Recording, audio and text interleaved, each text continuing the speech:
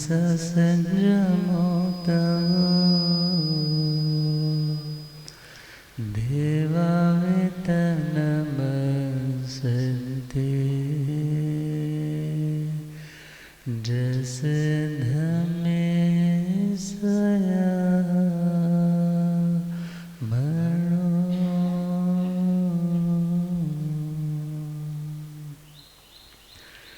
श्री महावीर प्रभु को मेरी वंदना। श्री महावीर प्रभु को मेरी वंदना। वंदना वंदना वंदना वंदना वंदना वंदना वंदना। मुझको तारो प्रभु तारे जो चंदना। मुझको तारो प्रभु तारे जो चंदना। वंदना वंदना वंदना वंदना वंदना वंदना वंदना। मेरी नैया पड़ी बीच मझधार के। मेरी नैया पड़ी बीच कौन अपना यहाँ बीच संसार के। कौन अपना यहाँ बीच। तुम हो तारन तिरन आया तेरी शरण। तुम हो तारन तिरन आया तेरे चरणों में दाता है अभिवंदना। तेरे चरणों में दाता है अभी वंदना वंदना वंदना वंदना वंदना।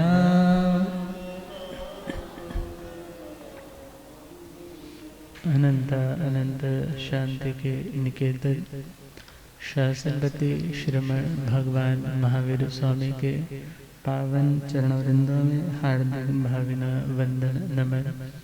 मेरे अंधेरे जीवन को रोशनी प्रदान करने वाले परम उपकारी आगम ज्ञान के भंडार आगम ज्ञाता आगम पुरुष जिन शास्त्र रतन हिमाचल केसरी उपाध्याय भगवंत श्रद्धे गुरुदेव श्री जितेंद्र मुनि जी महाराज साहब के पावन चरण कमलों में हार्दिक भावना वंदन नमन। विराजमान तपस्विरतन श्री प्रभु मुनि जी महाराज साहब के चरणों में वंदन। धर्म सभा में उपस्थित धर्म अनुरागियों, सुशीलवती माताओं एवं बहनों, असीम पुण्यदे से भाग्यदे से आप सबको संतों का समागम और वितरक वाणी श्रवण करने का शुभ अवसर प्राप्त हो रहा है। श्रीमद् उत्तराधीन सूत्र 29वां अध्याय सम्यक्त पराक्रम सुनाया जा रहा है।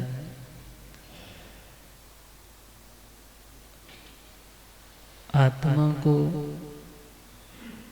सही दिशा में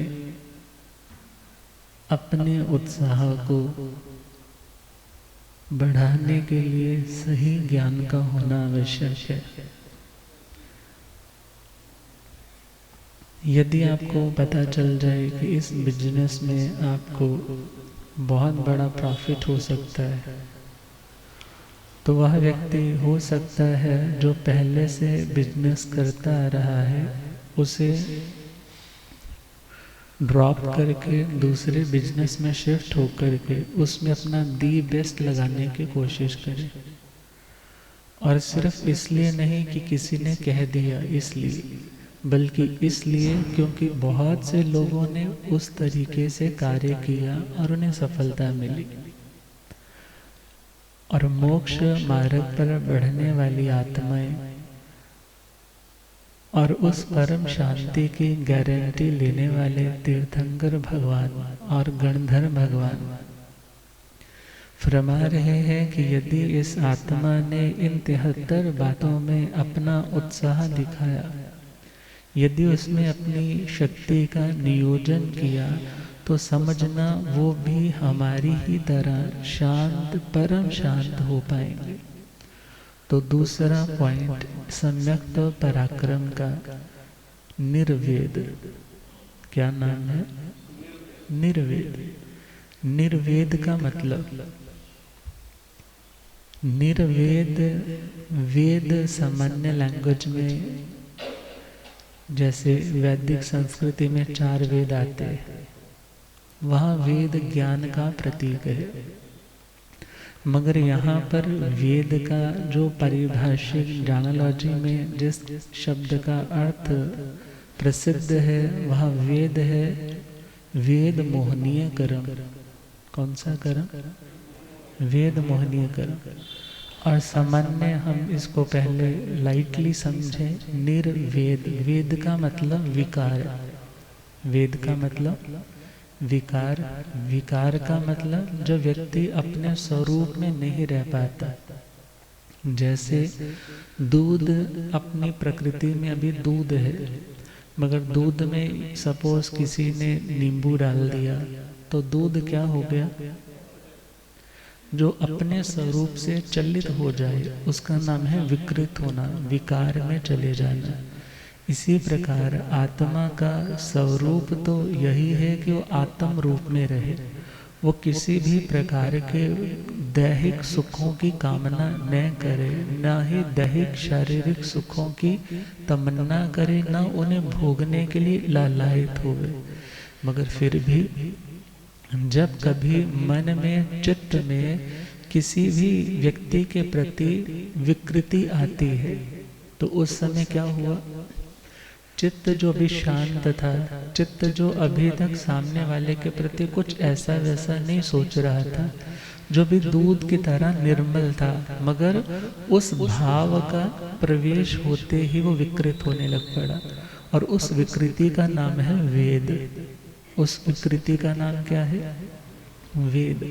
और निर्वेद का मतलब विकृति का अभाव, विकृति का अभाव, निर्विकार दशा। कौन सी दशा? निर्विकार दशा। क्यों? क्योंकि निर्विकार दशा शांत अवस्था का नाम है, और जो विकारी दशा है वो अशांति का प्रतीक है। और भगवान इस सेकंड स्टेप में आत्मा की शांति का उपाय बता रहे हैं। जो आत्मा निर्वेद गुण की आराधना करता है, निर्वेद गुण की आराधना करता है, समय आने पर वो आत्मा परम शुद्ध, परम शांत अवस्था तक पहुंच जाता है। मन अनस्टेबल क्यों रहता है? क्योंकि कभी आंखें चंचल है, कभी दिमाग चंचल है, कभी पूर्व की स्मृतियां उधेड़ते उधेड़ते कुछ याद आता है, तो भोगे हुए सुखों में आनंद मान करके वो जीव वो पुरानी स्मृति जैसे ही रिकॉल की, वैसा ही सिक्रेशन, केमिकल सिक्रेशन ग्लैंड से वैसा ही होने लगा, वैसा ही फील आने लगा, वैसा ही फील आने लगा, तो पुनः भोग भोगने की तमन्ना जागने लगी। मीन्स अभी तक सो स्टेबल बैठा था मगर अनस्टेबल हो गया। और फिर वह व्यक्ति अपनी मर्यादा को, अपनी लाज को, अपनी बाउंड्री को भी क्रॉस करने के लिए तैयार हो जाता है। और भगवान कहते हैं ये अनस्टेबिलिटी का रास्ता, ये अशांति का रास्ता, ये अधर्म का रास्ता, ये अनैतिकता का रास्ता, ये पतन का रास्ता, इससे बचना है तो निर्वेद को समझना है और उस गुण की आराधना करनी है। क्यों? क्योंकि वो गुण हमारी आत्मा का अपना सहज गुण है। वो गुण कैसा है? आत्मा का अपना सहज गुण है, मगर व्यक्ति असहज क्यों हुआ? क्योंकि प्रमाद के कारण ऐसे वेद मोहनीय के संस्कार इकट्ठे कर रखे हैं। स्त्री वेद, पुरुष वेद, नपुंसक वेद। स्त्री वेद जब उदय में आता है तो स्त्री को पुरुष की चाहना होती है, और जब पुरुष वेद उदय में आता है तो पुरुष को स्त्री की चाहना होती है, और जब नपुंसक वेद उदय में आता है तो दोनों की चाहना होती है, स्त्री की भी और पुरुष की भी। और भगवान कहते हैं ये वेद ही है जो आत्मा को मुक्त होने से रोकता है। लिंग या वेश किसी आत्मा की उन्नति में बाधक नहीं। लिंग मीन्स जिससे किसी व्यक्ति की आइडेंटिटी, पहचान अलग से पता चले, ये स्त्री है, ये पुरुष है, ये नपुंसक है। जो दैहिक संरचना है, जो फिजिकल स्ट्रक्चर है, उसका नाम क्या है? लिंग। वेश का मतलब जो आउटर अपीयरेंस, जो उनके कपड़ों के कारण ऐसा उस व्यक्ति ने अपनी क्लोथिंग कर रखी है, ऐसे ड्रेसअप हो रखा है कि वो कभी स्त्री पुरुष जैसी दिखती है और कभी पुरुष स्त्री जैसा दिखाई दे सकता है। मगर भगवान कह रहे हैं जो आत्मा किसी भी लिंग में भले ही क्यों ना हो, भले वो स्त्री के वेश में हो, भले पुरुष के वेश में हो, भले नपुंसक के वेश में, या स्त्री के लिंग में हो, पुरुष के लिंग में हो, या नपुंसक के लिंग में हो, मुक्ति जाने में ये लिंग या वेश बाधा नहीं डालते। कौन बाधा डालता है? वेद। कौन डालता है? वेद इस विकार, वो विकार बाधा डालते हैं। यदि वो विकार है तो प्रगति अभी नहीं हो पाएगी, और यदि विकारों को ओवरकम करने के लिए, उन्हें डोमिनेट करते करते उन्हें खत्म करने के लिए अभ्यास चल रहा है, अच्छा सुन रहे हैं, अच्छा चिंतन कर रहे हैं, खुद को कंट्रोल में रखने के लिए बार बार ऑटो सुजेशंस देते जा रहे हैं, छोटे छोटे नियम प्रत्याख्यान से बड़े नियम पंचखानों की ओर अग्रसर होते हैं, तो एक समय आता है वह व्यक्ति लंबी आराधना के बाद उस कार्य में भी सिद्ध परफेक्ट हो जाता है। तो भगवान का कहना, यदि भगवती मल्ली जी को मोक्ष मिला तो उनके मोक्ष में स्त्री लिंग ने बाधा नहीं डाली कि वो स्त्री है तो उनको मोक्ष नहीं मिलेगा। ये भी नहीं है कि उन्होंने कपड़े पहने हुए थे तो कपड़े के साथ मोक्ष नहीं होगा, ऐसा भी नहीं। अर्थात भले तुमने कपड़े वियर कर रखे हैं, भले तुम किसी भी लिंग से हो, मगर यदि तुम्हारी आत्मा में वो विकार विसर्जित हो चुके हैं, पूर्णतया नष्ट हो चुके हैं, तो तुम्हारा यह वेश, तुम्हारा यह चिन्ह तुम्हारे मोक्ष जाने में बाधा नहीं पैदा करता। मोक्ष इज एवरलास्टिंग शांति। मोक्ष का मतलब जो एवरलास्टिंग शाश्वत शांति है, वहां तक पहुंचने में आत्मा को रुकावट नहीं डालता। आत्मा शांत क्यों नहीं हो पाता? क्योंकि उसी की वासनाएं, उसी के विकार उसको बहुत बार अपसेट करते हैं, उसे अपनी डायरेक्शन से डाइवर्ट कर देते हैं। तो भगवान का कहना कि हे आत्मा, तुम्हें अब वासना से उपासना की ओर बढ़ना है, वासना से उपासना की ओर बढ़ना है। उसका नाम है निर्वेद, अर्थात तीनों वेदों से ऊपर उठते चले जाना, वह है निर्वेद की साधना। और निर्वेद का यदि हम ग्रामर में चलें, संस्कृत ग्रामर में, तो वहाँ जो सिनोनिम्स दिए जाते हैं, जो पर्यायवाची अर्थ दिए जाते हैं, तो निर्वेद का एक मीनिंग दिया जाता है निराशा। निराशा मतलब डेस्पेयर, व्यक्ति बड़ा निराश हो जाता है कि दुनिया में कुछ है ही नहीं, अब मैं किससे प्रीत करूं। मीन्स भर्तृहरि जी का सुनते हैं ना, भर्तृहरि जी को वैराग्य क्यों हुआ था? क्योंकि उनका मन खिन्न हो गया कि अपनों ने ही मुझे छल लिया। अपनों ने ही क्या किया? मुझे छल लिया। किस तरह से? एक सन्यासी उनके पास आया और वो बोले कि आप हमारे राजा हैं, मैं आपको एक अमर फल देना चाहता हूँ। अमर फल जिसे खाकर के व्यक्ति लंबे समय तक निरोग और लंबी आयुष्य वाला बनेगा। राजा ने वो फल लिया और सोचा कि मुझे तो सबसे ज्यादा स्नेह किससे है? पिंगला रानी से है, अपनी पत्नी से है। उसने सोचा यदि वो ठीक रहेगी तभी मेरे ठीक रहने का फायदा है, वो स्वस्थ रहनी चाहिए। उसने वो फल किसको दे दिया? महारानी पिंगला को। अब महारानी पिंगला का तो कहीं और ही अफेयर चल रहा है, उसका तो महावत के साथ बहुत अंदर से बहुत अटैचमेंट है। उसे लग रहा है कि मैं तो अपने उस प्रियतम को दूंगी, वो ठीक रहेगा तो मेरी सारी डिजायर्स पूरी होती रहेंगी। और उसने वो फल किसको गिफ्ट कर दिया? उस महावत को चोरी चुपके बुलाया और बोला ये बहुत कीमती चीज है, तो इससे स्वस्थ रहेगा, लंबी आयुष्य वाला रहेगा, निरोग रहेगा, तू ये खाएगा तो मैं भी तेरे प्रति समर्पित रहूंगी। उसको दिया, वो लेकर के चला आया और उसका ध्यान तो कहीं और है। चेन रिएक्शन हो रही है ना, उसका तो ध्यान कहीं और है। उसने सोचा कि जो नर्तकी है ना, जो डांस करने वाली है, जो वेश्या है, वो तो बहुत सुंदर है और यदि वो ये फल खाएगी, क्योंकि मुझे उसके प्रति बहुत अंदर से, ये रानी मेरे प्रति है मगर मेरे को इसके प्रति ज़्यादा, अब मल्टी अफेयर्स हो रहे हैं, अब इसको इसके साथ है।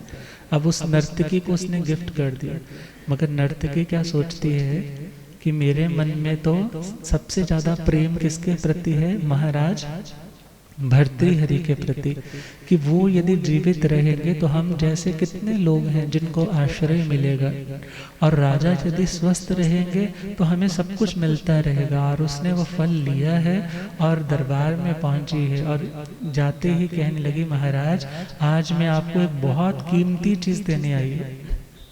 वैसे तो ना चीज हूँ, मगर ये बहुत कीमती चीज है, जो कोई भी इसे खाएगा वो अमरता को, निरोगता को प्राप्त हो जाएगा, दीर्घ आयुष्य वाला बन जाएगा। और हे महाराज, मुझे ये फल किसी ऋषि मुनियों से मिला है और मैं चाहती हूँ आप इसका सेवन करें। जब राजा ने फल लिया और पूछा, ये तुम्हारे पास फल आया कहाँ से? ये फल आया कहाँ से? अब रिसर्च होने लगी, अब जैसे इन्वेस्टिगेशन होने लगी तो उसने बोला, मेरे पास तो कहाँ से आया? कहाँ से आया? महावत जो हाथी चलाने वाला है उससे आया। महावत से पूछा, तुम्हारे पास कहाँ से आया? वो बोला, मर जाऊंगा मगर नहीं बताऊंगा। राजा बोला, फिर इसको मृत्यु दंड दिया जाए। अब मौत के आगे वो डर गया, कहने लगा, महाराज ये फल किसने दिया मुझे? महारानी पिंगला ने दिया। अब जैसे ही महारानी के पास पहुंचे, कहने लगे, तूने ऐसा अनर्थ क्यों किया? मैंने तो तुम्हारे प्रति आसक्ति भाव से ये समर्पित किया।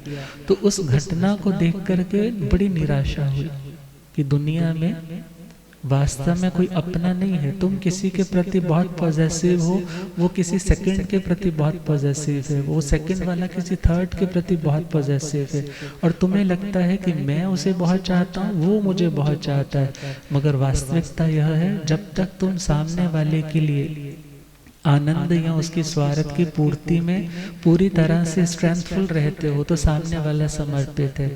अदरवाइज जब तुम्हारी रोक टोक शुरू हो जाती है तो सामने वाला नई ऑप्शन ढूंढता है, और सामने वाले को यदि उसमें भी कोई खोट लगती है तो वो तीसरी ऑप्शन ढूंढता है। मीन्स ये अस्थिरता भरा संसार है। और जब ऐसी अस्थिरता देखी, हो सकता है प्रैक्टिकली व्यक्ति शायद ऐसे काम ना भी करे, मगर मन से तो कितनी बार वो व्यक्ति इस बहाव में बह जाता है। तो भगवान फरमा रहे हैं कि निर्वेद आत्मा को स्टेबिलिटी देने वाला है, और निर्वेद भले निराशा का नाम है, मगर इस निराशा के बाद जो आशा जागती है उस आशा में शांति है, उस आशा में आत्मा का उत्थान है, और उस आशा को समझना है और उस आशा को ही जगाना एक विरक्त आत्मा, एक मुमुक्षु आत्मा का कर्तव्य रहता है। और चले भगवान से प्रश्न की श्रृंखला को प्रारंभ करें। प्रभु से क्वेश्चन किया, निर्वेयणं भन्ते जीवे किम जने। हे प्रभु, निर्वेद से इस आत्मा में कौन से गुण जनरेट होते हैं, कौन से गुण पैदा होते हैं?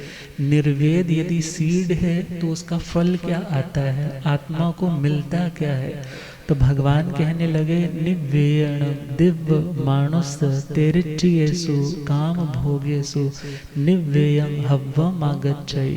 जब आत्मा में निर्वेद आता है, जब आत्मा में वैराग्य आता है, जब आत्मा में निसंगता का भाव आता है, उस टाइम वो आत्मा दिव्य, दिव्य का मतलब जो देवलोकों से संबंधित है। ऐसे जो डिवाइन हेवनली जो सुख है, ऐसे सुखों की वो लालसा छोड़ देता है।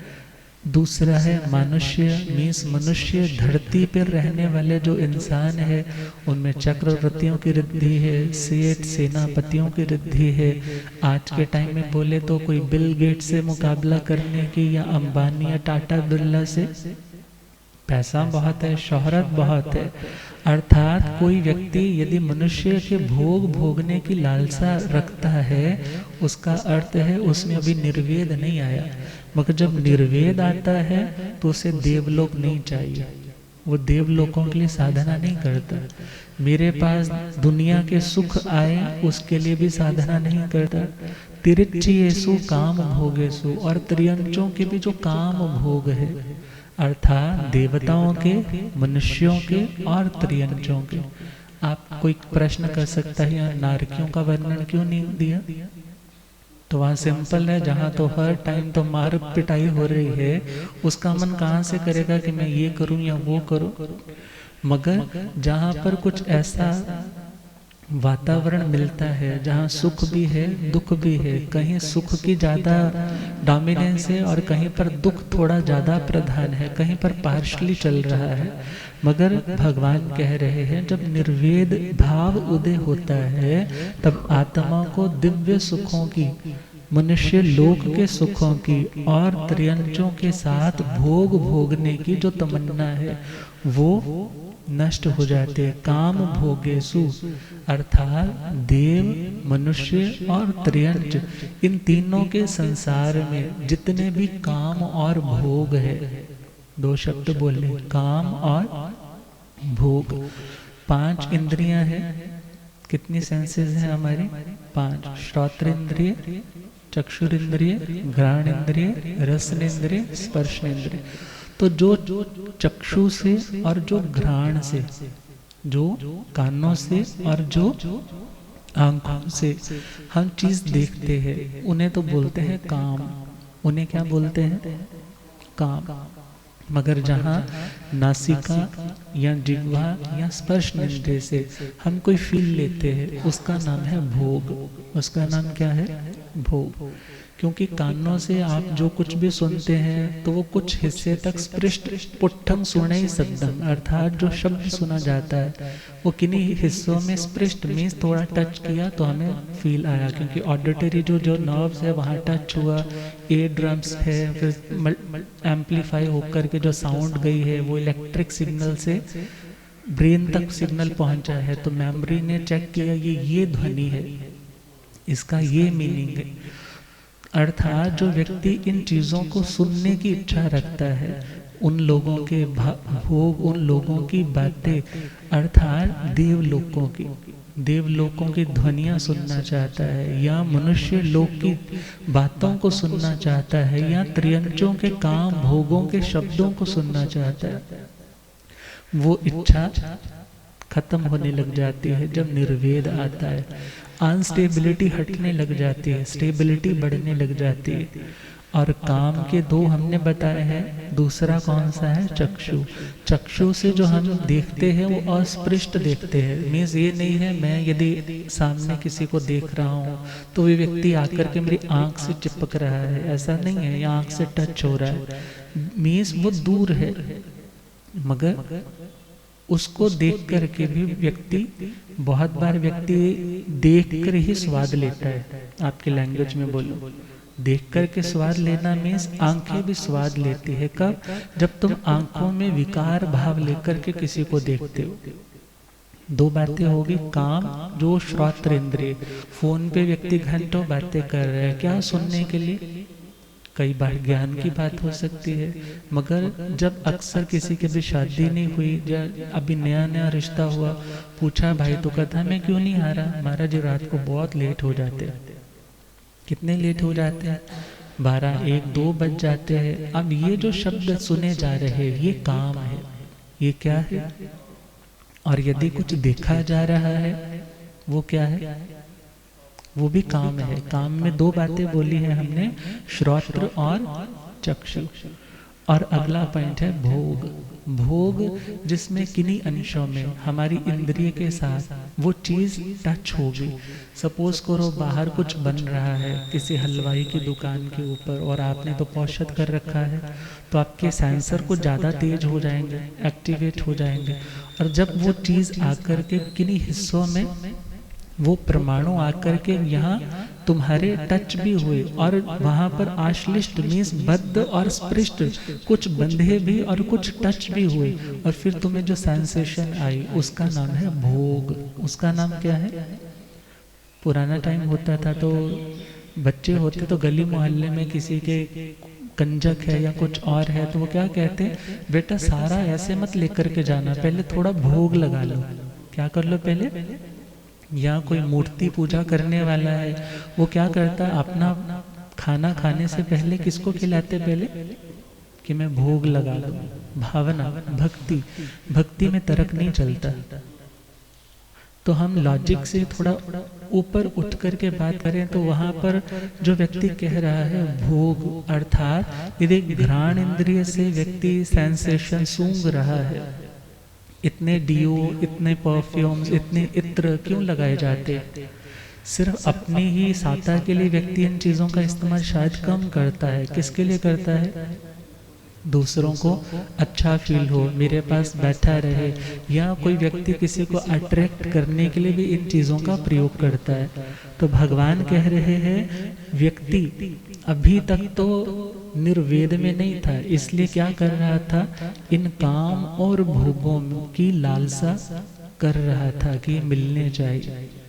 मगर जब निर्वेद आया तो उसका मन शांत होने लगा, और यदि सूंघने में कुछ अच्छा आए तो भी स्टेबल है, कुछ बुरा आए तो भी स्टेबल है। सुबुद्धि प्रधानमंत्री की तरह ज्ञाता धर्म कथा जो सूत्र में आता है ना, उदक ज्ञात अध्ययन। तो अगला पॉइंट है रसनेन्द्रिय। भोग रसनेन्द्रिय के द्वारा, क्योंकि कुछ चीज टच हुई और कुछ चीज पृष्ठ हुई, और बाकी टेस्ट तो हमारे फ्रंट के जो ग्लैंड्स है वहां से वो हुआ टेस्ट, फिर बाद में तो उतरिया घाटी होया माटी, उसके बाद तो कोई टेस्ट नहीं है। अर्थात जो रसनेन्द्रिय के माध्यम से भी हम अनुभूति लेते हैं वो भी भोग है।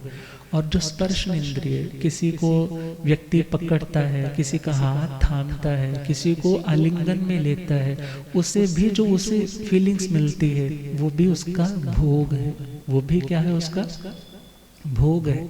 और भगवान कह रहे हैं जब निर्वेद भाव पैदा होता है तो वह व्यक्ति देवलोकों के ना काम ना भोग, ना काम प्राप्त करने की इच्छा रखता है और ना भोग भोगने की, ना देवलोकों के, ना इस मनुष्य धरती के, और ना ही त्रियंचों के संसार के, क्योंकि वासना ऐसी अंधी है।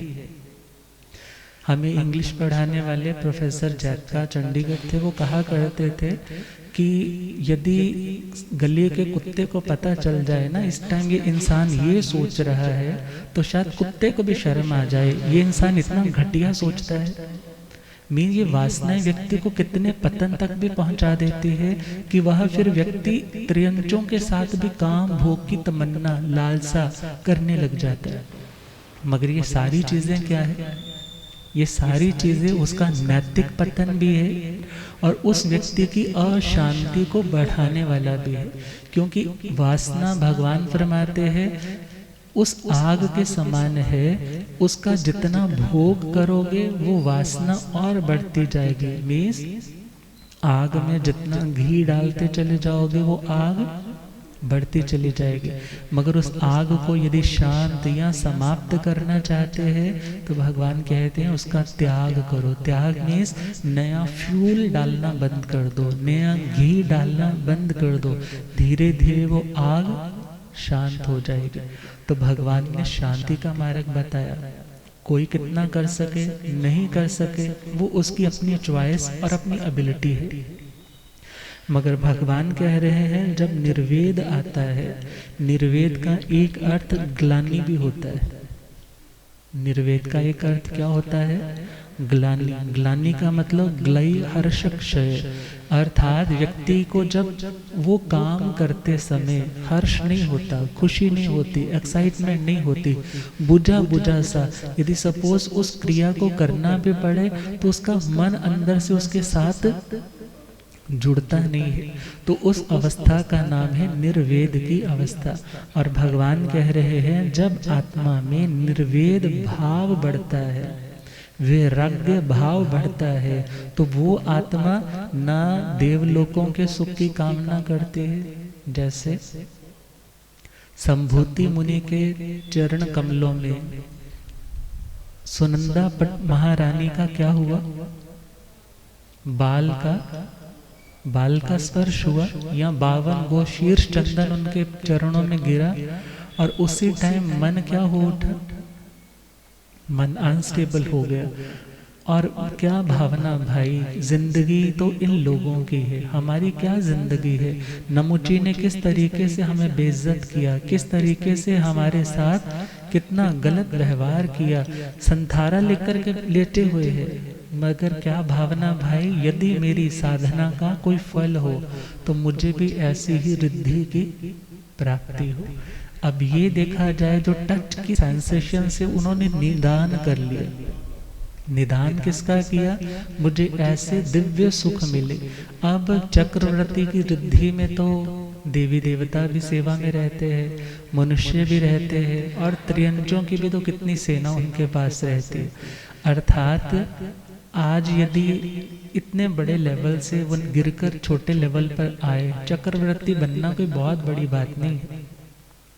क्योंकि भगवान कहते हैं यदि चक्रवर्ती पने में रहते हुए काल करे तो वो डायरेक्ट कहाँ जाता है? नरक में जाता है।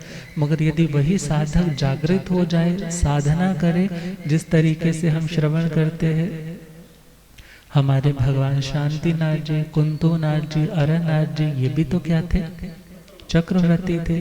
मगर ये सारे कर्म क्षय करके मोक्ष में चले गए। क्योंकि जो ये कम्मे सूरा थे धम्मे सूरा, जो कर्म के क्षेत्र में शूरवीर होते हैं, फिर यदि वो धर्म के क्षेत्र में आ जाए तो धर्म भी बहुत भावना से पालन करते हैं। तो भगवान फरमा रहे हैं कि जो आत्मा इन काम और भोग मीन्स इंद्रियों के विषय में उलझ जाता है, विषय का मतलब जो आत्मा को विशेष रूप से बांध लेते हैं, जो आत्मा को विशेष रूप से बांध लेते हैं। आप कहेंगे क्या विषय ही बांधते हैं? तो ध्यान देना है, वो तो वास्तव में देखा जाए अपनी ओर से उदासीन है, निमित्त उदासीन है, मगर उसमें उलझना नहीं उलझना ये चॉइस किसकी होती है? ये चॉइस तो अपनी आत्मा की होती।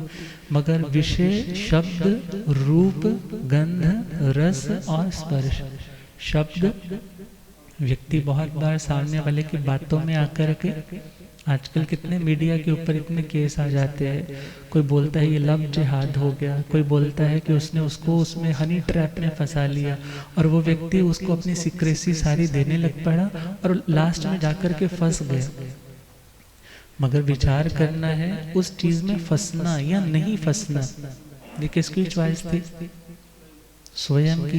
अब फंसा है तो पश्चाताप करना पड़ रहा है। तो भगवान का तो सिंपल सा निर्देश है, जो आत्मा शब्द में, रूप में, गंध में, रस में या टच की सेंसेशन में, स्पर्श में उलझ जाता है, वो आत्मा कभी शांत नहीं हो पाता।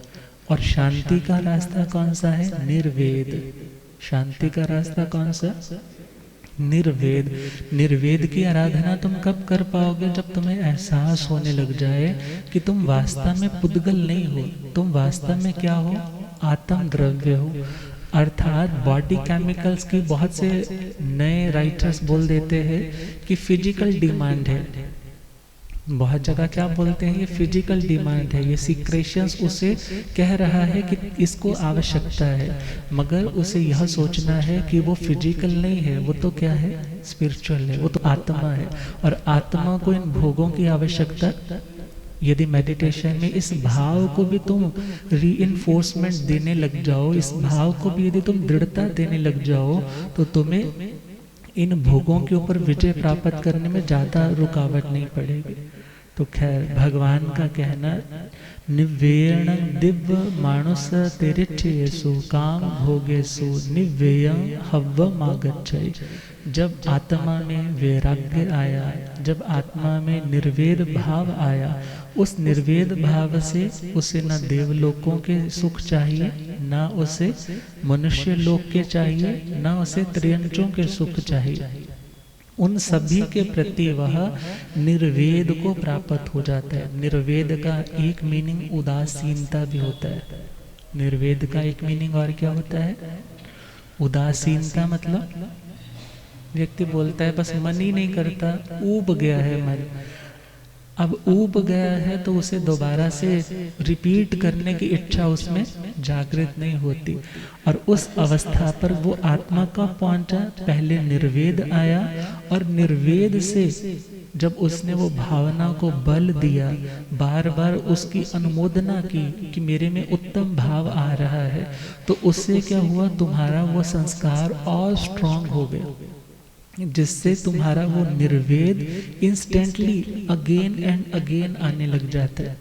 जैसे आप लोग अपने मोबाइल्स पे जो चीज स्क्रॉल करते हो, ढूंढते हो, एक बार, दो बार, फिर थर्ड टाइम जब तुम मोबाइल ओपन करते हो तो दोबारा से फिर क्या आने लग जाता है? वही आने लग जाता है। या एक चीज स्क्रॉल की है तो उसके साथ की ही फिर बहुत सारी चीजें, एक टॉपिक को ढूंढते हो तो कई सारे राइटर या स्पीकर्स ने उसके बारे में जो कहा है वो आने लग जाता है। इसी प्रकार यदि दुनिया के भोग की भावना भाओगे तो मेमोरी के स्टॉक में बहुत सारे हैं ऐसे संस्कार, वो उदय में आने लग जाएंगे। मगर यदि निर्वेद भावना भाएंगे तो निर्वेद भावना भले थोड़ा मुश्किल वाला कॉन्सेप्ट हो सकता है, मगर यदि इसको यदि इंस्टॉल करेंगे, इसको यदि अंदर हम बिठाने की कोशिश करेंगे, तो धीरे धीरे यह भाव भी इंस्टेंटली फिर आने लग जाएगा। फिर व्यक्ति के सामने भले कितने प्रलोभन क्यों ना हो, भले कितनी अट्रैक्शंस भी क्यों ना हो, फिर वो आत्मा डिस्ट्रैक्ट नहीं होगा। क्या नहीं होगा? डिस्ट्रैक्ट नहीं होगा। अट्रैक्शन से डिस्ट्रैक्शन, डिस्ट्रैक्शन से डिस्ट्रक्शन, ये सिंपल सा फॉर्मूला याद रखो। अट्रैक्शन से डिस्ट्रैक्शन मीन्स अट्रैक्शन हुई तो तुम अपने ट्रैक से डिस्ट्रैक्ट हो गए, और जब डिस्ट्रैक्ट हुए हो तो इट मीन्स डिस्ट्रक्शन, विनाश जरूर होगा। उस विनाश से बचना है तो तुम्हें जानना होगा कि हे आत्मा, ये दुनिया के भोग आत्मा को तृप्त नहीं कर सकते। और इसमें ढेर सारे एग्जाम्पल शास्त्रों में है, वैदिक संस्कृति में भी है। तो भगवान कहते हैं जब निर्वेद भाव instantly again and again with force आने लग जाए तो फिर वो आत्मा सब विषयसु विरज्जयी, सभी विषयों से, विषय जो हमें बांधते हैं, और वो 5 ही है ना। वैसे तो हम 23 विषय बोलते हैं, मगर मोटे रूप से देखें तो 5 इंद्रियों के 5 विषय। कान का विषय क्या है? विषय का मतलब इसकी एबिलिटी कहाँ तक है, किस चीज को रिसीव करने की है। कान से तुम शब्द ही रिसीव कर सकते हो, चेहरा नहीं रिसीव कर सकते किसी का। अर्थात हर इंद्रिय की अपनी एक कैपेसिटी है, अपनी एक लिमिट है। भले रिसीव करने वाला मुखिया तो आत्मा है, मगर ये रिसीविंग इंस्ट्रूमेंट्स है, ये रिसीवर्स हैं, मगर उसको यूज करने वाला कौन है? उनको यूज करने वाला तो आत्मा है। आत्मा निकल जाए, ये सारे इंस्ट्रूमेंट तो यहीं पर है, मगर अब ना उसमें बॉडी सिक्रेशन कोई केमिकल की ग्लैंड से होगी, ना कुछ और होने वाला है। तो विचार करना है। भगवान का कहना, जब निर्वेद आता है तो फिर वो आत्मा सभी विषयों से, शब्द से, रूप से, गंध से, रस से और स्पर्श से विरज्जयी। आप पंजाबी की स्लैंग लैंग्वेज में बोल रहे हैं, विरज्जयी बोलते हैं ना, राज्य आ गया मीन्स राज्य के जी और नहीं चाहिए। विरज्जयी मतलब विशेष रूप से रज गए, अब और नहीं चाहिए, अब भूख समाप्त हो गई। अर्थात फिर उसे दुनिया के भोगों की जो भूख थी वो क्या हो गई, पूरी तरह से समाप्त। अब विरज्जयी का हमने तो अभी तो स्लैंग में समझा है, प्राकृत लैंग्वेज में समझे तो विरज्जयी, रज्जयी का मतलब है राग, रज्जयी का मतलब राग, और विरज्जयी मतलब विगत हो गया है, जा चुका है राग का भाव। अर्थात राग चला गया, अट्रैक्शन चली गई। अभी तक हम सामने वाले के रंग में रंग जाते थे, अभी तक सामने वाला कुछ कहता था, हम अपनी सुध बुध खोकर के उसकी बातों में ऐसे रंग जाते, फिर अपना डिसीजन नहीं ले पाते थे। मगर जब विराग आया तो दुनिया के सारे रंग उतर गए, दुनिया के सारे रंग क्या हो गए, उतर गए। वो बोलता है भाई वहाँ किट्टी पे जाना है, वहाँ क्लब पे जाना है, वहाँ खाने के लिए जाना है। बोले जी घर में सब कुछ है, मेरे को कहीं जाने की ज़रूरत, और सपोज जाना भी पड़े तो वहाँ पर भी वैरागियों जैसा भाव, वहाँ पर भी किसी भी प्रकार की इच्छा नहीं। गुरुदेव सुनाया करते हैं एक महावैरागी महामुनि की कथा, छोटी सी। घर में ही वैरागी है, आज्ञा मांग रहे हैं मुझे दीक्षा लेनी, घर वाले तैयार नहीं। और एक समय आया कि माँ को किसी काम से दूर जाना था गांव, और माँ ने क्या कहा दादी माँ से, बच्चे की जो दादी अम्मा है, कि मैंने इस और तो बिनोले रखे हैं और इस और खिचड़ी रखी है बाजरे की, बच्चा जब आएगा खाने के लिए तो आप इस वाले बर्तन से, कढ़ाई से वो खिचड़ी निकाल करके बर्तन में परोस देना। उस दादी अम्मा को आंखों से दिखाई नहीं देता था। गुरुदेव पधारे, हो रब मेरा सतगुरु बन के आया मैनो,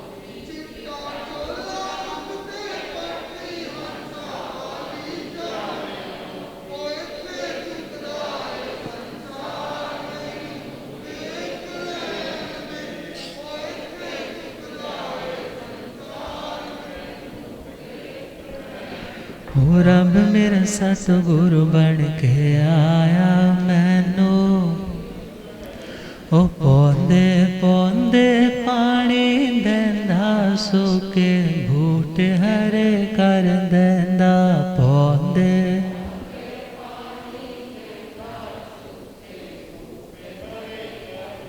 ओ केड़ा माले बन के आया मैनो, वेख लैन दे, ओ केड़ा माले बन के आया मैनो, हो रब मेरा सतगुरु बन के आया मैनो।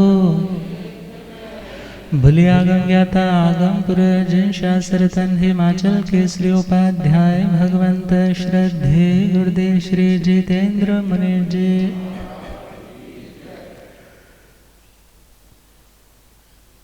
और एक बहुत सुंदर उक्ति आती है, विषयान विषवत त्यज, दुनिया के विषयों को किस तरह से छोड़े।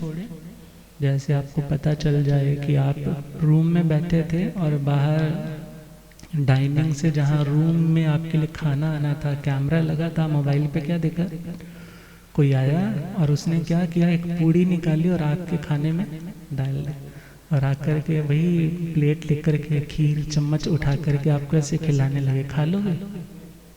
क्या बोलोगे? भाई पता नहीं तुमने इसमें क्या डाला है, भले उसने शक्कर ही डाली हो, भले उसने कोई ऐसी मेडिसिन ही डाली हो जो तुम्हारे से छुपा करके देनी है, मगर तुमने विरोध कर दिया, मैं ये नहीं लूँगा। तो कहा कि विषयान विश्ववत त्यज, अर्थात जो शब्द रूप गंध और रस और स्पर्श है, ये विषय आत्मा को भ्रमित कर सकते हैं। हमेशा करते हैं ऐसा नहीं। कब कर सकते हैं? जब हम भीतर से कमज़ोर हैं। जब हम भीतर से कमज़ोर हैं, स्ट्रांग हो जाएं, तो स्थूली भद्र जी तो कोशा वेश्या के ही वहाँ चौमासा करके आए थे, उनको तो कुछ नहीं हुआ। मगर जो कमज़ोर साधक है उनके लिए क्या बोला कि तुम्हें उन निमित्तों से भी खुद को बचाना है जिससे तुम्हारी साधना विचलित हो सके, डगमगा सके। और जब दुनिया के इतने विषय भोग चुके हैं फिर भी स्टेबिलिटी, फिर भी शांति, स्थिरता नहीं आई। आज तक इतने सीरियल देख लिए हैं मगर अभी भी शांति नहीं आई, इतने गाने सुन लिए हैं अभी तक शांति नहीं पड़ी है, इतनी जगह विजिट कर लिया, इतना नए से नया खा लिया, मगर अभी तक ये नहीं है कि बस बहुत हो गया, अब नियम पच्चे खान कर ले। इतने पदार्थों से अधिक सारी उम्र नहीं खाएंगे, मगर वो भाव नहीं आया। मगर यही तो अनस्टेबिलिटी है, जब अभी तक स्थिरता नहीं लेकर आने दे रही। तो वो बालक जैसे ही बैठा है, माँ तो जा चुकी है, और जैसे ही दादी अम्मा के पास भोजन के लिए गए हैं, आंखों से दिखता नहीं, और उन्होंने बड़े से बर्तन में क्या निकाल करके दे दिया, वो पशुओं वाले बिनोले, और बच्चे ने बड़ी शांति से खाए। और यही भावना भा रहा है कि वो पशु कितने खुश होते होंगे जब उनको ये खाने को मिलते हैं, उनको कितना अच्छा लगता होगा। मुझे भी आज खाने का मौका मिला और मैंने पता नहीं अनंत बार ऐसे पदार्थ खाए हैं, मगर आज मुझे ये तो स्वाभाविक रूप से मिले हैं। शांति से खाए और उठ कर के अपने स्वाध्याय में लग गए। जब माँ लौटी, पूछा कि अम्मा जी बेटे को खिचड़ी दे दी थी? बोली हाँ दे दी थी। किस बर्तन से दी थी? अब जैसे ही हाथ रखा बिनोले वाले बर्तन पे, और जैसे ही बर्तन देखा उसमें बिनोले वाले ही बर्तन थे, तो बहुत धक्का लगा, आंखों से आंसू आने लग पड़े। अरे मेरे बेटे ने जरा भी मना नहीं किया आपको। और दादी माँ भी पश्चाताप करती है। शाम के समय सारा परिवार बैठा और कहने लगे जिसमें इतना वैराग्य बढ़ जाए फिर उसे घर में रोक करके रखना भी बहुत बड़ा पाप है। और सहर्ष उन्हें दीक्षा की आज्ञा दे दी। तो क्या कहा? विषया विकारा विच दिन रात जी के, विषया विकारा विच दिन रात देख ले या दुनिया दे सब रस पी के, वेख ले या दुनिया दे सब रस। चिंता अज भी मिटी ना मोह काम दे, चिंता अज भी मिटी ना मोह, सानू वे पिला दे थोड़ी नाम दे। ओ सतगुरु प्यारिया सानू वे पिला दे थोड़ी नाम दे। चिंता रहे ना कोई भी अंजाम दे, चिंता रहे ना कोई भी सानू वे पिला दे थोड़ी नाम दे। ओ सतगुरु प्यारिया सानू वे पिला दे थोड़ी। तो जब वो ज्ञान, वो वैराग्य के भावों को पुष्ट करने वाली डोज मिलती है, तभी तो माइंड की प्रोग्रामिंग होती है, तभी आत्मा में स्थिरता बढ़ती है। तो वो स्थिरता बढ़े इन्हीं भावों के साथ फिर आगे क्या क्या जनरेट होता है तो उनके ऊपर कल चर्चा करेंगे। अब गुरुदेव कृपा करें। ओम शांति।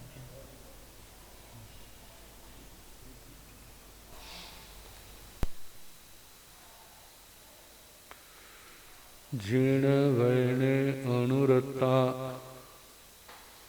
जीर्ण वयन जे करन्ति भावेन अमला असंकलिठा ते हुन्ति परित संसारी।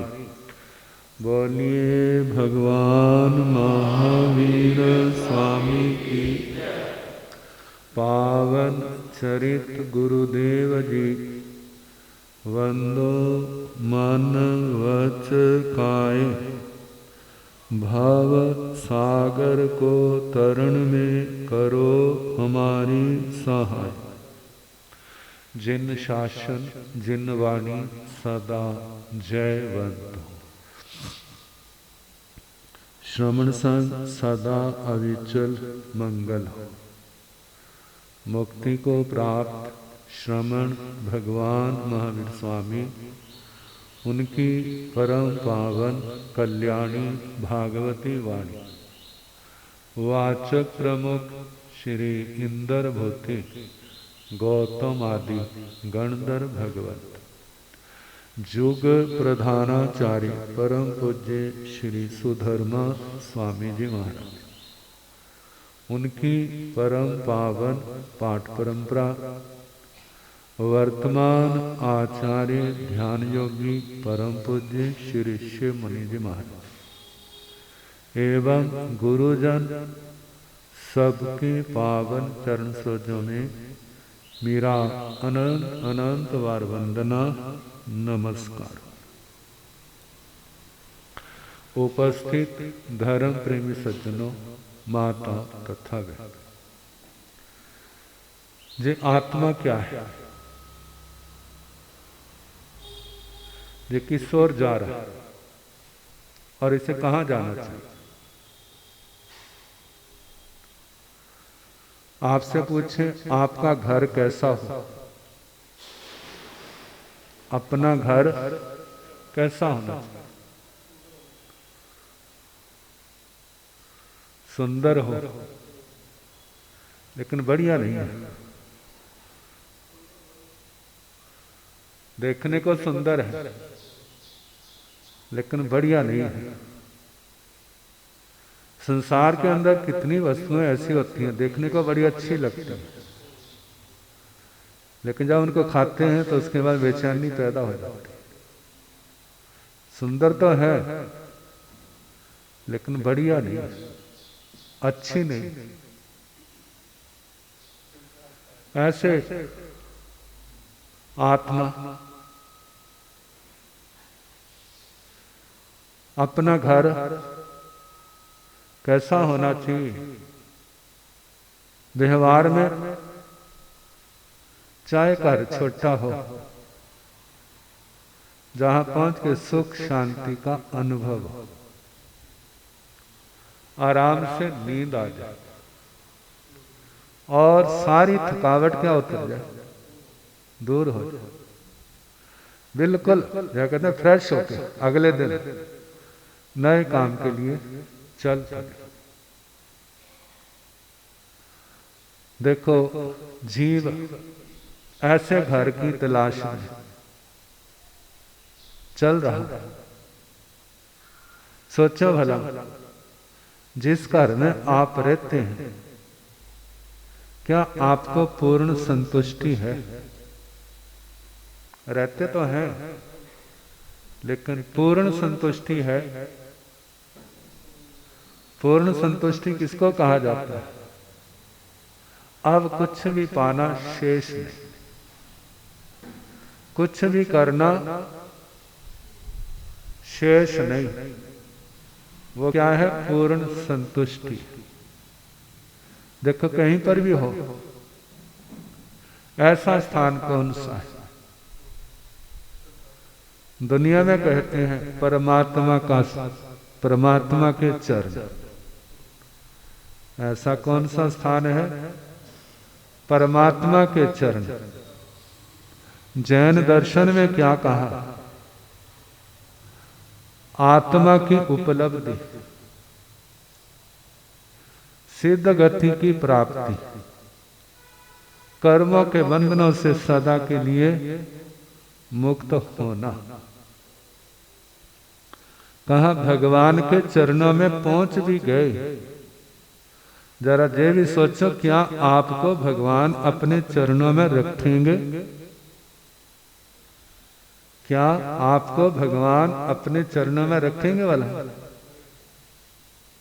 क्यों नहीं रखेंगे? कि मैं इतना चाहता हूं, दिन रात नाम रटता हूं, हर समय उसके नाम की धुनी रमाई हुई है, क्यों नहीं रखेंगे? कहा जैसे आपके घर में कोई व्यक्ति आता है, अब मानो लड़के की भी शादी करनी है तो लड़की की कितनी जांच करते हैं, लड़की के परिवार की कितनी जांच करते हैं, करते नहीं करते? उन व्यक्तियों की करते हैं, उनके बिजनेस की करते हैं, उनके साथ मिलने जुलने वाले हैं, उन सबको देखते हैं।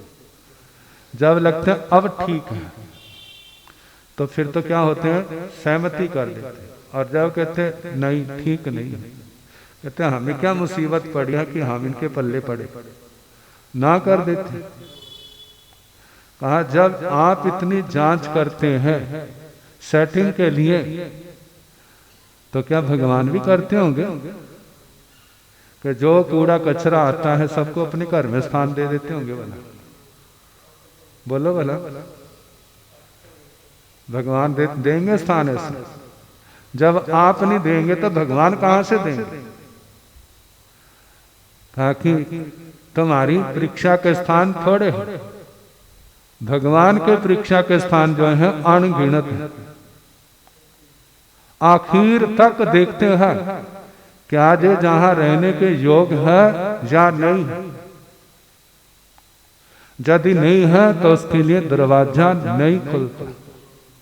ये संदेश होता भी और शुद्धिकरण करो और आत्मा को निर्मल करो। जब आपकी आत्मा मेरे जैसी हो जाएगी तो मेरा दरवाजा आपके लिए खुल जाएगा। कहते मैंने अपने घर में जब विसंगति वाले आएंगे तो क्या होगा, जैसे देखते हैं ना आजकल जब किसी के शरीर में खून की कमी आ जाती है, यदि ब्लड का ग्रुप मिलता हो वो खून चढ़ा जाए फिर तो ठीक रहता है, और जिसका ग्रुप नहीं मिलता उसको चढ़ा दो तो फिर क्या होता है। और मानो खून की कमी आई थी और तो कुछ नहीं था, और किसी शुगर वाले का खून चढ़ा दिया तो क्या हो जाएगा, बिना बुलाए मुसीबत और आ जाएगी। तो कहा जब पुराने जमाने में आज भी जिनका ज्योतिष पर विश्वास है, जब बच्चे की शादी आदि करते तो पहले क्या करते, जन्म कुंडली मिलाते। जन्म कुंडली मिल जाए, ग्रह सारे ठीक हो, गुण सारे मिल जाए, फिर कहते ओके कर देते वह ठीक है, और ना मिले तो फिर उस समय छोड़ देते। कहा ऐसे भगवान का संबंध हमारे से जुड़ना है तो भगवान भी तो देखेंगे क्या इसके अंदर ऐसी क्षमता है।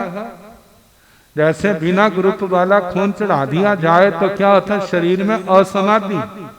इसी प्रकार जब विषम प्रकृति के लोग एक स्थान पर इकट्ठे हो जाते हैं तो फिर उनका महाभारत शुरू हो जाता है। देखो महाभारत कब हुआ, उसका मूल से देखे ना, थी तो सारी प्रारब्ध कर्म की, लेकिन आपस में नेचर नहीं मिली।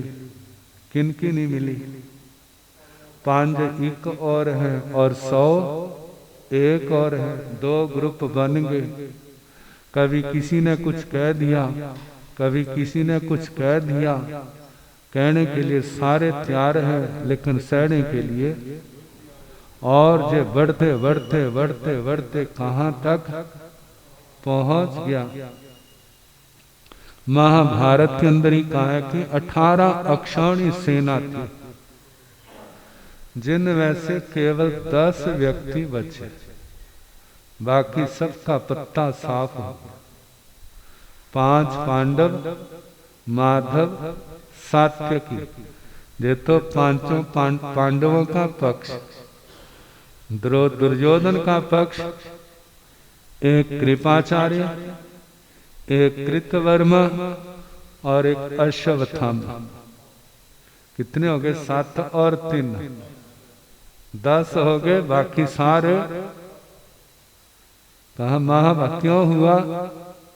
क्योंकि आपस में राशि नहीं मिली, आपस में प्रकृति नहीं मिली। जब विषम प्रकृति के लोग एक स्थान पर इकट्ठे होते हैं ना, तो फिर वहां पर खलबल ज्यादा होती, उठा पटक ज्यादा होती। कहा कि आत्मा तो सबकी एक समान है, आत्मा तो सबकी एक समान है। कहते समान है तो फिर विषमता क्यों है? विषमता संसार में अशांति क्यों है? कहा जे विषम प्रकृति के कारण से। क्योंकि आत्मा ने अपने अंदर जन्म जन्म के स्वभाव से, जिसकी शुरुआत नहीं कहते, शास्त्रकार कहते हैं अनादि, जे कर्म प्रवाह की परंपरा क्या है, इसकी कोई आदि नहीं है। अनादि काल से पुराने कर्म, उसके अनुसार नया जन्म मिला। नए जन्म में जैसे कर्म आए उनसे आत्मा प्रभावित हुई, फिर नए कर्म किए, नए कर्म किए, फिर अगले जन्म की तैयारी होगी, फिर अगला जन्म मिला है, फिर आगे नए कर्म पुराने कर्मों से प्रभावित होकर के फिर नए कर्म किए, फिर नए कर्मों से नया जन्म, फिर पुराने कर्मों से प्रेरित होकर के फिर आगे कर्म करने लगा है। जैसे बीज अंकुरित होता है, पौधा बनता है, वृक्ष बनता है, फिर उससे बीज पैदा होते हैं, जो जो जमीन में जाता जाता है फिर वो अंकुरित होता है। और ये परंपरा कितनी पुरानी है, कहा कि इसकी कोई आदि नहीं है। जब अनादि काल से है, आत्मा पुराने कर्मों से प्रभावित हो करके नए कर्म करता है, फिर नए कर्म जब आगे उनका परिणाम आता है तो फिर नए कर्म करता है। कहा कि इनको तोड़ना है, इस प्रवाह को तोड़ना है। जैसे पौधे वृक्ष में से बीज आया है, उसको क्या कर दो, जला दो, उसको खत्म कर दिया, फिर आगे उसका वो प्रवाह आगे नहीं चलेगा। एक परंपरा टूट गई, लेकिन बीज एक थोड़ा है, कितने बीज हैं। जब तक ये बीज रहेंगे वो उसकी परंपरा चलती रहेगी, लेकिन जिस समय बीज खत्म हो जाएंगे तो ये परंपरा समाप्त हो जाएगी। ऐसे कर्मों की परंपरा अनादि काल से चली आई है, इसको नष्ट जब तक नहीं किया जाएगा तब तक आत्मा की विषम प्रकृतियां नष्ट नहीं होंगी। जब जे कर्म प्रकृतियां सारी नष्ट हो जाएंगी, आत्मा बिल्कुल निर्मल हो जाएगा, सारे बंधन टूट जाएंगे, आत्मा सर्वज्ञ सर्वदर्शी होगा। फिर जो परमात्मा का स्वरूप है वही इस आत्मा का स्वरूप होगा। अब मिलेंगे तो अब कोई वहां पर खलबली नहीं होंगी, क्योंकि दोनों एक समान। कहा कि हमारा घर कौन सा है, वो सिद्ध गति है। आत्मा का घर अपना घर है, ये शरीर हमारा घर नहीं है। शरीर एक दिन बना था, जब जीव मां के गर्भ में आया था तो रज वीर्य का जो संयोग था उसका आहार हुआ, उससे शरीर का निर्माण हुआ, स्ट्रक्चर बना। 9-9.25 महीने प्रकृति के अनुसार जितना योग बना, जब शरीर निष्पन्न हुआ तो समय गर्भ के बाहर आया, फिर उसके बाद उसकी पालना पोषणा हो रही है। पहले माँ जो खाती थी वही रस उस बच्चे की नाभि के माध्यम से उसके अंदर जाता था, उससे शरीर की पोषणा, उसको ताकत मिलती थी। अब शुरू में माँ का दूध है, माँ का दूध नहीं है तो दूसरे पशुओं का दूध है, उस दूध से उस शरीर की पोषणा होती। फिर आगे चल करके भोजन आदि भोजन पानी चलता। आगे चलते चलते 10 साल के हो गए, 20 साल के हो गए, 40 साल के हो गए, 60 साल के हो गए, कोई 80 साल का हो गया, कोई 100 साल का हो गया। आजकल तो 100 साल बड़ी मुश्किल की बात है। पहले क्या हो जाता है, हरी झंडी दिख जाती, चलो आगे। लेकिन पुराने जमाने में जब हम अतीत में जाते हैं तो सैकड़ों साल की आयु भी आती है, हजारों साल की भी आती है। शास्त्रों पर विश्वास है तो हमें वो सारी बातें माननी है। और कहा कि शास्त्रों पर विश्वास रखोगे तो याद रखना आप कभी धोखा नहीं खाओगे। और शास्त्रों से आपका विश्वास उठ गया तो संसार में कदम कदम के ऊपर धोखे के अलावा और कुछ मिलेगा नहीं, ठोकरें ही खानी पड़ेगी। भगवान की बातों पर विश्वास रखोगे तो किनारे लगोगे। कहा कि भगवान की एक बात भी दिल से हम मान लेते हैं और उसका हम अभ्यास करते हैं, वो एक बात जो है ना बाकी सबको बुला लेते हैं। एक बात जो है ना अपने परिवार को सबको इकट्ठा कर लेगी, लेकिन शर्त है उसके प्रति मजबूत होना चाहिए। चाहे दुनिया बदल जाए लेकिन मैं इसको छोड़ूंगा नहीं। कहा जाता है जे शास्त्रों की ग्रंथों की बातें आत्मा को रास्ता दिखाती हैं। जिसने इस रास्ते को देख लिया और उस आत्मा के रास्ते पर चल पड़ा है तो एक दिन अपने लक्ष्य पर पहुंच जाएगा। तो उस लक्ष्य को पाने के लिए तत्व तो 9 है ना। पहला तत्व क्या है, जीव, और लास्ट कौन सा है, मोक्ष। लक्ष्य हमारा क्या है, मोक्ष। शुरुआत कहां से है, जे जीव, लेकिन बीच में घाटियां बहुत हैं।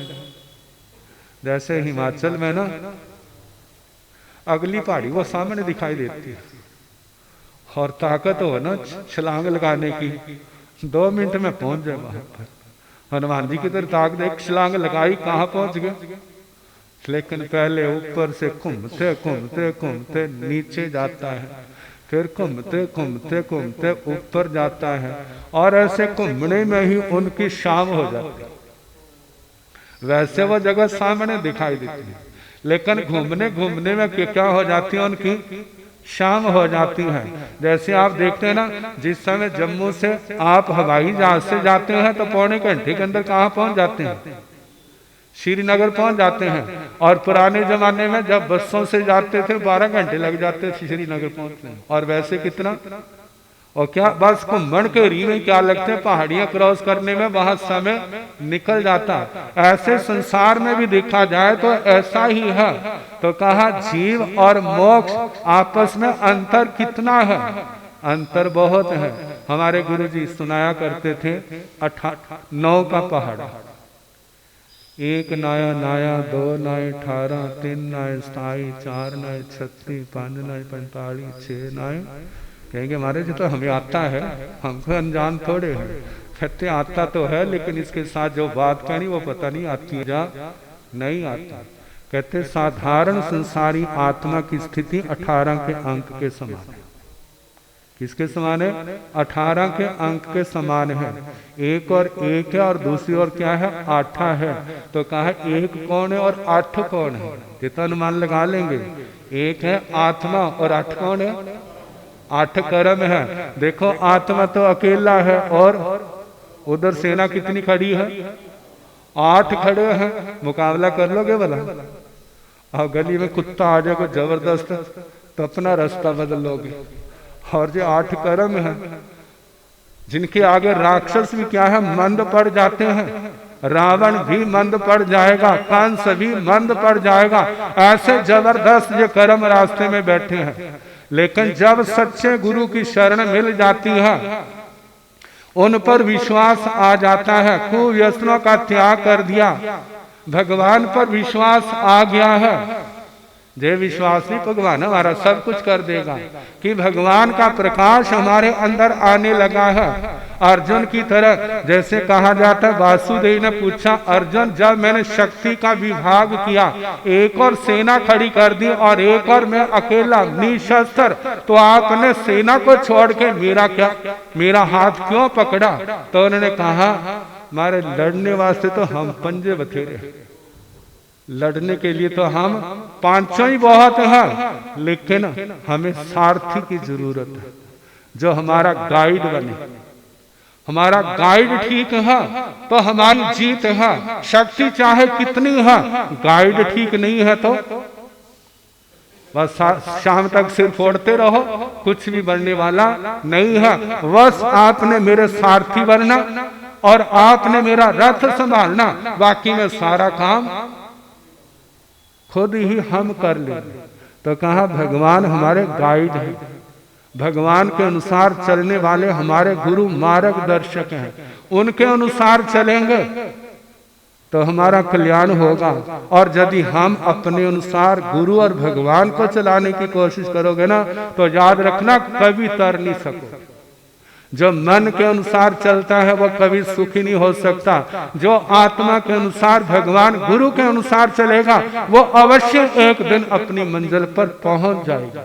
अब गुरुओं के पास आया, क्या हो गया, जंप लगाया, वो 18 से 27 पर पहुंच गया। एक क्या हो गए, 2 और 8 कितने रह गए, 7। फिर आगे गुरु आज्ञा के अनुसार चल रहे हैं, फिर आगे बढ़े हैं, कहां पहुंच गए, 27 से 36 आगे। 1 हो गए 3 और 8 रह गए 6। अब आत्मा आगे बढ़ती जा रही है, 45 पर आ गया, लेकिन अभी भी शत्रु का बहुमत ज्यादा है। लेकिन साधना बढ़ती जा रही है, किसके लिए, आत्म शुद्धि के लिए। फिर आगे जंप लगाया है, अब बहुमत किसका हो गया, आत्मा का। 54, 1 और 5 और 1 और 4। कहते शत्रु तो एक ही बहुत होता है। अब करते करते 63 आगे, 72 आगे, 81 आगे, लेकिन अभी भी एक है। एक भी क्या कर देता है, कहते दुर्योधन अकेला रह गया, फिर भी सपने ले 5 पांडवों को खत्म करूंगा और मैं क्या करूंगा, और वो हारने में नहीं आ रहा। वो तो वासुदेव ने इशारा किया, बेटा अपना क्या कर, मौका संभाल। और उसने क्या किया, फिर वो जांग के ऊपर प्रहार किया, फिर वो गिरा। कहने का है तो दुनिया है, लेकिन देखने वाली बात है, एक भी शत्रु बढ़ते कोई देर नहीं लगती। जैसे कैंसर का एक छोटा सा भी अंश शरीर के अंदर रह जाए तो सारे दिखता नहीं है, लेकिन बाद में फिर वैसे फैलता फैलता सारे शरीर को कवर कर लेते। तो कहा ऐसे, लेकिन साधना चलती जा रही है। और एक दिन उस एक का भी सफाया कर दिया। क्या हो गया, 10 9 90, अब 9 रह गए। अब 9 का अंक अखंड है, वो न घटता है न बढ़ता है, आत्मा सिद्ध अवस्था को प्राप्त हो। अब मोक्ष पाना, सपना तो बहुत अच्छा लिया है, कहाँ जाना है, मोक्ष में। किसी बच्चे को पूछा, बेटा कहाँ जाना, कहते हैं मोक्ष। मैंने कहा देख ले, वहां तेरे को ना चॉकलेट मिलेंगे, ना तेरे को वहां मोबाइल मिलेगा, ना तेरे को बर्गर मिलेंगे, ना वहां पर तेरे को मम्मी मिलेगी, ना तेरे को पापा मिलेंगे, ना वहां पर दादू दादी मिलेंगे। फिर कहता मैं क्या करूंगा वहां जाकर, फिर मैं क्या करूंगा। तो देखा जाए, जब वो पावन दशा मिलेगी, इन सब की किसी की जरूरत नहीं होगी। तो ये कब ख्याल आएंगे, जिस समय अंदर प्रकाश होगा। वो किसका, ज्ञान का, ये तत्व ज्ञान का। फिर दुनिया के कितने प्रलोभन आए, वो आत्मा चलाए माननी होगा। तो बस हमारी यात्रा मोक्ष की है, और उसको पाने के लिए उससे पहले 8 तत्वों को जानना है। जो जीव क्या है, अजीव क्या है, पुण्य क्या है, पाप क्या है, आश्रम संबर क्या है, निर्जरा बंद क्या है, और आत्मा का मोक्ष कैसे होता है। ये सारी चर्चाएं 9 तत्वों के ज्ञान के अंदर है। बाकी कल जैसे अवसर होगा सुनाने का प्रयास किया जाएगा। जगो जगण वाले ओ जगौण वाले आ गए, जगो जगण वाले ओ ज्ञान वाला डंका बजौण वाले आ गए, ज्ञान वाला डंका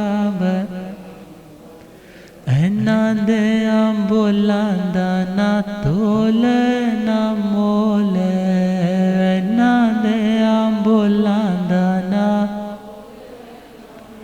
एक एक बोल जिवे हीरावन मोल है, एक एक बोल जिवे सुनो सुनण वाले ओ सुनौण वाले आ गए, सुनो सुनण वाले ओ ज्ञान वाला डंका बजौण वाले आ गए, ज्ञान वाला डंका बड़े सौभाग्य से आप सभी को दिव्य वितरक वाणी का पावन संदेश श्रवण करने का सौभाग्य मिल रहा है।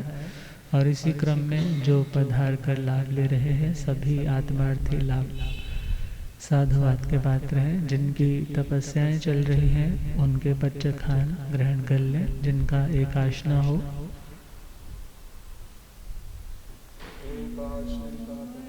एक आसन करने वालों को, जिनके आइंबिल की तपस्या हो, आइंबिल हो, उपवास हो, व्रत हो, आज यदि किसी का बेला हो, दूसरा उपवास हो, तीसरा हो, मन की धारणा के अनुसार आपका कोई भी प्रत्याख्यान इन्हीं शिव मंगल भावनाओं के साथ सामाजिक सूचनाएं, जयकारे और मंगल पाठ। और हिम्मत कीजिए, अभी भाई स्वतंत्र जी की एक ही 28 हुई है और आप लोग, मौसम भी आपका साथ दे रहा है। हिम्मत जगाइए, भावना जुटाइए, करने की भावना है तो स्टार्ट कीजिए। और गुरुदेवों की पावन कृपाएं भी आपके साथ हैं और आपका बल पराक्रम भी आपके साथ है। और मिले हुए इस अवसर का लाभ लीजिए, कर्म निर्जरा कीजिए। इन्हीं भावों के साथ सामाजिक सूचनाएं। बोल श्रमण भगवान महावीर स्वामी की जय। महान जोगी महान तपस्वी स्वामी श्री रूपचंद जी महाराज की जय। जैन धर्म की जय। परम श्रद्धे परम पूज्य शासन प्रभावक उपप्रवर्तक पंडित रतन पूज्य गुरुदेव श्री जगदीश मुनि जी महाराज की रतन माला के अनमोल रतन, आगम ज्ञाता आगम पुरुष, जिन शासन रतन हिमाचल केसरी उपाध्याय भगवान श्री जितेंद्र मुनि जी महाराज, तप श्रोमणी अदस सेवा भावी श्री रमन मुनि जी महाराज ठाणे 6 के पावन पित्तर चंद कमलों में वंदना नमस्कार के उपरांत सभी भाई बहनों को सादर जय अभिनंदन। जगरांव श्री संघ पर जन जन की आस्था के केंद्र पावन तो गुरुदेवों की पावन कृपा बरस रही है। सभी पुण्यशाली तपस्वी आत्माएं अपनी आत्मा को निर्मल कर रही हैं। बाहर से पधारे पुण्यशाली श्रावक श्रावकाओं का हार्दिक स्वागत है, अभिनंदन है। उनके नाश्ते भोजन की व्यवस्था सामने पाशे में है, अवश्य ग्रहण करें। 1200 रुपये की राशि गुप्त दान के रूप में आई है, उनका बहुत बहुत धन्यवाद। अब सभी गुरुबंतों को वंदना नमस्कार करेंगे। मथेन बंदामी मथेन बंदामी मथेन बंदामी। अब गुरुदेव जयकारे और मंगल पाठ की कृपा करेंगे। धन्यवाद। जय जय। बोलिए शासनपति श्रमण भगवान महावीर स्वामी। आचार्य सम्राट परम पूज्य श्री आत्मा राम जी, आचार्य सम्राट परम पूज्य श्री आनंद ऋषि जी, आचार्य सम्राट परम पूज्य श्री देवेंद्र मुनि जी, वर्तमान आचार्य सम्राट ध्यान योगी परम पूज्य डॉक्टर श्री शिव मुनि जी, घोर तपस्वी परम पूज्य स्वामी श्री रूपचंद जी, गणवच्छेद परम पूज्य स्वामी श्री लालचंद जी, गणवच्छेद परम पूज्य स्वामी श्री गोकुल चंद जी, चारित्र चूड़ामणि परम पूज्य स्वामी श्री नेक चंद जी, शासन प्रभाव को प्रवर्तक पंडित रतन पूज्य गुरुदेव श्री जगदीश मुनि जी। आगम ज्ञाता आगम पुरुष जन शास्त्र रतन हिमाचल केसरी उपाध्याय भगवंत श्रद्धेय गुरुदेव श्री जितेंद्र मुनि जी। उग्र तपस्वी आदर्श हरितप शिरोमणि श्रद्धेय गुरुदेव श्री रमण मुनि जी। जैन धर्म सभी साधु सत्यों की मंगल पाठ। नमो अरिहंताण नमो सिद्धाण नमो आयर्याण नमो वंध्यायाण नमो लोये संसाहोण ऐसो पंच नमो कारो साव पाव गणासण मंगलानंद समय सिंह पड़मन हवाई मंगलम श्री चतारि मंगलम हरिहंता मंगलम सिद्धा मंगलम साहो मंगलम केवली पुनतो धम्मो मंगलम चतारि लोकतमा हरिहंता लोकतमा सिद्धा लोकतमा साहो लोकतमा केवली पुनतो धम्मो लोकतमो चतारि शरणं प्रवज्यामि आर्यहन्ते शरणं प्रवज्यामि सिद्धि शरणं प्रवज्यामि साहो शरणं प्रवज्यामि केवली पुनः धम्मं शरणं प्रवज्यामि। चार शरणे सुख करने दुख करने मंगल करने और शरणा नहीं कोई जो भव प्राणी आचर्य अक्षय अमृत।